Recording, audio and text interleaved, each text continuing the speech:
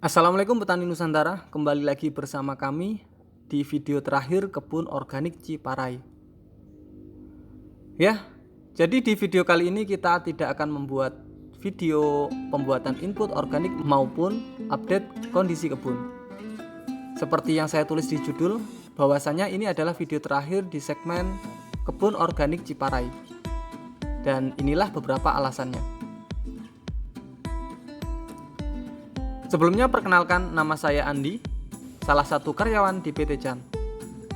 Di proyek Kebun Organik Ciparai ini, saya bertugas sebagai orang yang mendokumentasikan kegiatan dan aktivitas yang ada di kebun.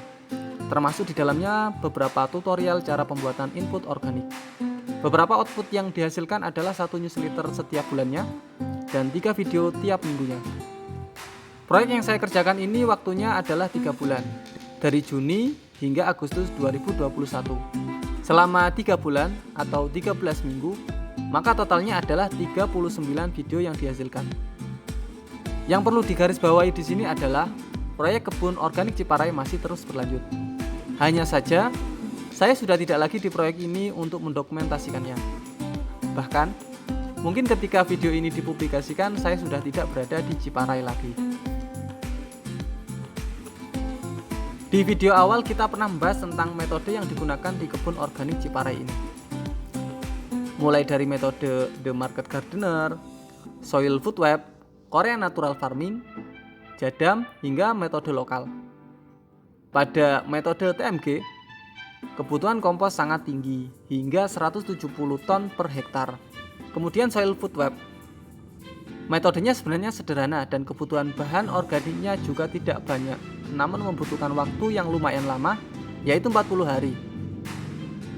Lalu pada metode lokal, di mana kami tidak akan menyebutkan nama metodenya. Metode ini sebenarnya lumayan bagus, namun jadi kurang menarik ketika kita harus selalu membeli produknya untuk menerapkan metodenya. Lalu terakhir metode KNF dan Jadam. Metode KNF ini mudah dipelajari dan bahan-bahan pembuatan inputnya mudah didapat. Terakhir metode Jadam. Metode ini mempunyai jargon pertanian yang sangat-sangat irit biaya dalam budidayanya. Dengan melihat perbandingan metode tersebut, maka saat ini kita memutuskan untuk fokus pada metode KNF dan Jadam. Dua metode ini punya banyak kemiripan karena metode ini memang ditemukan oleh 2 orang yang punya hubungan darah ayah dan anak.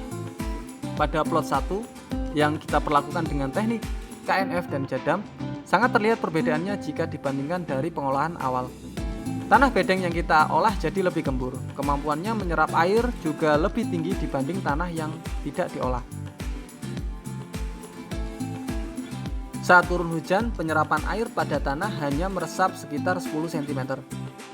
Sedangkan pada bedeng di plot, resapan bisa sampai kedalaman 50 cm. Di sini banyak hal yang kita pelajari selama 3 bulan di kebun ini. Salah satu pelajaran berharga bahwa sebuah metode digunakan di suatu tempat belum tentu cocok di tempat yang lain. Kami tidak menyebutkan bahwa metode Jadam dan KNF cocok dengan lahan Anda. Bisa saja tidak, karena setiap metode punya kekurangan dan kelebihan masing-masing. Kembali lagi pada fokus utama kita di metode KNF dan Jadam. Metode Jadam menonjolkan penghematan besar-besaran pada budidaya pertaniannya. Namun, kurang cocok jika diterapkan pada area perkotaan dan komplek perumahan padat penduduk. Sebab kekurangan pada metode ini adalah input yang dipakai kebanyakan berbau tidak sedap. Itu dihasilkan dari fermentasi anaerob. Sedangkan KNF, jika hitung-hitungan secara biaya, sepertinya metode KNF ini lebih besar biayanya dibandingkan dengan metode Jadam. Sebab di metode KNF kebanyakan inputnya terbuat dari campuran gula merah. Namun, dari segi aroma, input KNF lebih harum dibandingkan dengan metode Jadam. Dalam pembuatan video, kami juga banyak belajar tentang banyak tantangan yang dihadapi di lapangan. Ada kalanya momen terlewat karena kurang komunikasi dengan tim lapangan. Masalah pun terselesaikan ketika dikomunikasikan. Pembuatan video ini bagi saya secara pribadi mengasah pengetahuan dan kemampuan bahasa saya. Seperti yang kita tahu, bahwa sumber materi di metode yang kita gunakan, baik pemaparan di video maupun di textbook, selalu menggunakan bahasa Inggris. Saat panen tiba, kami benar-benar merasa bahagia. Karena semua proses yang kita jalani akhirnya mendatangkan hasil.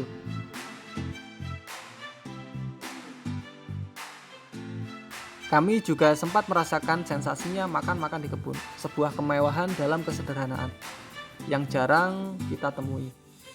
Ini benar-benar menambah semangat kami berbudidaya organik. Alhamdulillah. Semua yang kami usahakan di sini tentu tidak lepas dari dukungan banyak pihak. Maka kami ucapkan banyak terima kasih pada Pak CEO, tim Ciparai, rekan-rekan di wilayah kerja masing-masing, dan tentu saja pada kalian, penonton setia Petani Wow. Harapan kami, semoga semangat bertani organik ini bisa ditularkan ke lebih banyak orang lagi. Kami juga berharap petani bisa mulai merubah pola pikir, bahwa berorganik itu lebih sehat, lebih murah, dan lebih mandiri. Seperti yang saya bilang sebelumnya, bahwa proyek kebun ini masih terus berlanjut. Jadi jika Anda ingin berkunjung secara langsung, Anda bisa kunjungi map yang kami taruh di kotak deskripsi di bawah. Tentu saja, sebelum datang secara langsung, konfirmasi dulu dengan admin kami. Kedepannya, insya Allah channel ini tetap fokus di bidang pertanian organik. Tetapi saya tidak bisa menjanjikan untuk serajin upload seperti 3 bulan ke belakang. Jadi, seperti biasa, jika video ini bermanfaat, share ke teman Anda yang lain, tulis kritik dan saran di kolom komentar, subscribe channel ini agar Anda tidak ketinggalan berita terbaru kami di lain kesempatan. Dan Assalamualaikum warahmatullahi wabarakatuh.